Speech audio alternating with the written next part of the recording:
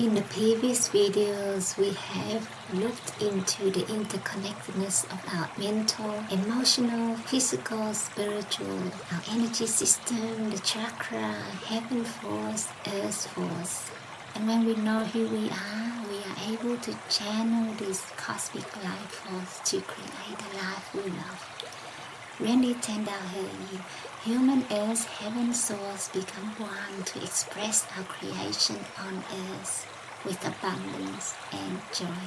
Continuing on this video, we will look into the interference of chronic stress, unresolved trauma, cultural conditioning, and modern lifestyle. Chronic stress can make us feel tired, anxious, and can affect our health if not managed. There are emotional stress such as anger, sadness, or frustration. Environmental stress, feel constrained in where we live or place we spend time. Relationship stress with friends, family, co-workers, partners.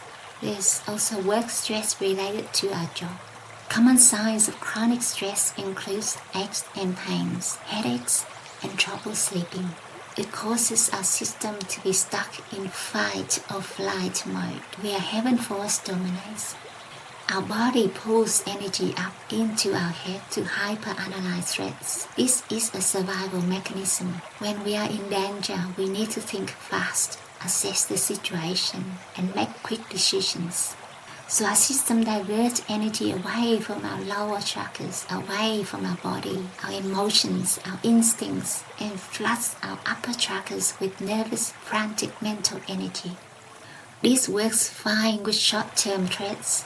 The problem is modern life keeps us in chronic low-grade stress almost all the time. We're not running from a predator, but we're worried about money, about work, about relationships, about the future. Our nervous system can't tell the difference between a real threat and an imagined one, so it keeps us in that hypervigilant state. And over time, this collapses our lower chakras. We lose connection to our body, connection to our emotions, our instincts. We become a disembodied head floating through life, disconnected from everything that makes us feel alive. The more disconnected we become, the more anxious we feel. Because anxiety isn't a mental state. It's what happens when we are cut off from our body's wisdom, from the grounding presence of Earth force. We are stuck in our head with no anchor, no stability, no sense of being held by something larger than our thoughts. So we spin, and the spinning generates more anxiety. And the anxiety keeps us stuck in heaven force dominance. It's a feedback loop that keeps feeding itself until we consciously interrupt it. Emotional suppression occurs when individuals consciously or unconsciously push away unwanted emotions. When we live in the notion that emotions are bad, weak, inconvenience, something to control or transcend, we shut down Earth force. This blocks the ascending currents because emotions are the felt experience of Earth force. They're not problem to solve. They are information. They are energy in motion, emotion. And when we suppress them, when we push them down, when we refuse to feel them, we are literally dampening up the upward flow of life force through our body. This collapses our heart and throat chakras especially. We can't feel deeply because feeling is dangerous. We can't speak our truth because our truth is rooted in what we feel. And if we're not allowed to feel, we have no truth to speak. So we become numb, defended, going through the motions of life without actually being present for any of it. And we wonder why nothing feels meaningful, why we can't connect with people, why intimacy feels impossible.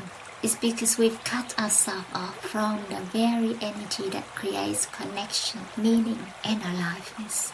The consequences of chronic emotion suppression can be severe, leading to increased rates of anxiety, depression, and PTSD. Additionally, it can create physical health problems, such as aches and pains, and negatively impacts relationships, as emotional sharing is crucial for bonding. Today, our life is almost entirely mental. We sit in chairs, stare at screens, and live in our head. We rarely move in ways that feel good, that connect us to our physical aliveness. We rarely spend time in nature, feet on earth, breathing real air. We are so busy thinking, planning, analyzing, producing, that we forgot we even have a body. We treat it like a vehicle to carry our head around, and we only pay attention to it when it breaks down. This creates a heaven-force imbalance. Too much energy in the upper chakras, not enough in the lower. We feel spacey, ungrounded, unable to take action. We have all these ideas, all these plans, but we can't execute them. We can't follow through because ideas are heaven force. Action is earth force. And if earth force isn't flowing, we are just a head full of dreams with no capacity to bring them into form. Unresolved trauma can manifest through various emotional, psychological, and physical symptoms that disrupt daily life and overall well-being. Trauma isn't just a psychological event, it's an energetic one. When something overwhelming happens and we can't process it, when the experience is too big for our nervous system to integrate, that energy gets stuck in our body. It gets trapped, frozen, usually in the chakra that governs the area of life where the trauma occurred. This often happens at a young age. Survival trauma gets stuck in the roots. We feel chronically unsafe, like the world is a dangerous place, and we have to be on guard at all times. Relational trauma gets stuck in the heart. We can't trust, can't open, can't let people in, because some part of us is still protecting the wound that never healed. Identity traumas get stuck in the solar plexus. We don't know who we are. We don't trust our own power, because someone or something shattered our sense of self, and we never fully recover it. And until that frozen energy is released, until the trauma is processed and integrated, the chakra can't function properly. The circulation is blocked. Heaven and earth can't meet at that junction point. So we develop all these compensatory ways of avoiding the blocked area. But the blockage is still there underneath everything that we do. And it's affecting our entire system, even if we're not consciously aware of it. This could lead to low self-esteem, can't trust others, emotional numbness, depression. The culture we grew up in trained us to ignore our body, suppress our emotion, override our intuition, distrust our instincts. We've been trained to believe that the only valid reality is mental, logical, provable. We are trained that feelings are irrational, that the body is just meat, that intuition is superstition. Society trains us to look outside ourselves for answers, to experts, authorities, systems, books, rather than trusting the wisdom that lives inside our own energy body. This is a systematic dismantling of our earth force, and it's not an accident, because when we are disconnected from our energy body, we are easier to control. When we look outside ourselves for validation, for permission, for solution, we become dependent on systems that claim to have what we need. In the process, we stop trusting ourselves. We stop knowing ourselves. We become a consumer of other people's truth instead of a generator of our own. And the result of all of this causes stress, suppression, disconnection, trauma, conditioning is a collapsed energy body. Most people are walking around with 3, maybe 4 chakras barely functioning, the rest dormant or blocked, living on a fraction of the consciousness, a fraction of our life force, and we don't even know it. We think the narrowness, the struggle, the disconnection is just how life is. We think everyone feels this way. We don't realize we are operating on emergency power while the full current of our being is waiting to be accessed.